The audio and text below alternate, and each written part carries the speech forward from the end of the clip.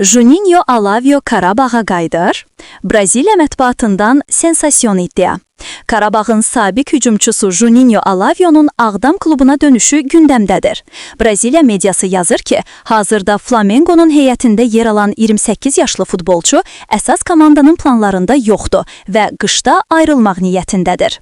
Baş məşqçi Filipe Luis Juninho'ya güvənmir və hücumçu daim ehtiyatda qalır.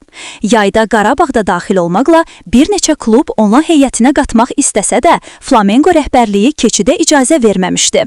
Lakin bu dəfə vəziyyət fərqlidir. Məşqçi də transferə mane olmayacaq. Juninho Alavio kimdir? Qarabağda 2023-cü ilin yayından 2025-ci ilin yanvarına qədər çıxış edib. 2025-ci ilin əvvəlində 5 milyon avroya Flamengo'ya keçib. Hazırda 2028-ci ilin sonuna qədər müqaviləsi var. Qış transfer dönəmində Qarabağın bu keçidlə bağlı hansı addımı atacağı maraqla gözlənilir.